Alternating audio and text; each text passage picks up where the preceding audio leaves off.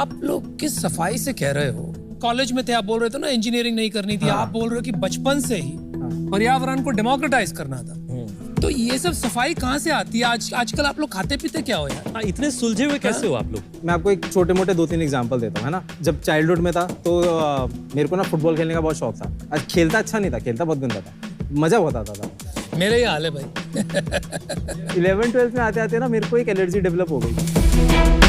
मैं जितना ज़्यादा भागूंगा उतना ज़्यादा स्किन इरिटेशन होने लगता है, which was connected to air pollution. मेरे को डॉक्टर ने बोला छोड़ दो, तो मेरे को लगा यार ये तो कोई रीज़न ही नहीं है, ना एजुकेशन का प्रेशर है, ना फैमिली प्रेशर है, एयर प्रेशर है। तो मुझे लगा कि किसी के भी चॉइसेस एनवायरनमेंट की वजह से नहीं डिटरमाइन होनी चाहिए। तो